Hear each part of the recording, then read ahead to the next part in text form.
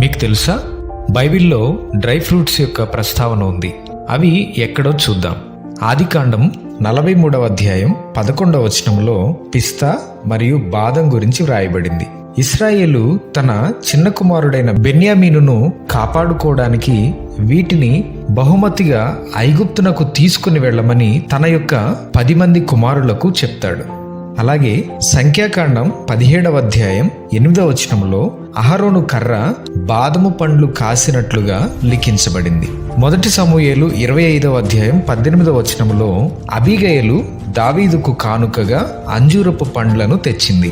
1 సమూయేలు 30వ అధ్యాయము 11, 12 వచనాలలో బలహీనుడైన ఒక ఐగుప్తు సేవకునికి ఒక అంజూరపు రొట్టె 2 ఎండు ద్రాక్ష గెలలతో అతనికి ఆహారముగా ఇచ్చి బ్రతికించినట్లుగా లిఖించబడింది. బైబిల్లో ఖర్జూర పండ్ల గురించి పేర్కొనకపోయినా ఖర్జూర పండ్ల నుండి వచ్చే తేనె గురించి ప్రస్తావించబడింది. అది 2వ దినవృత్తాంతాలు 31వ అధ్యాయము 5వ వచనంలో ఇశ్రాయేలు ప్రజలు తేనెను అర్పణగా తెచ్చారు. అది బహుశా ఖర్జూర రసం అయి ఉండవచ్చని బైబిల్ పండితుల యొక్క అభిప్రాయం.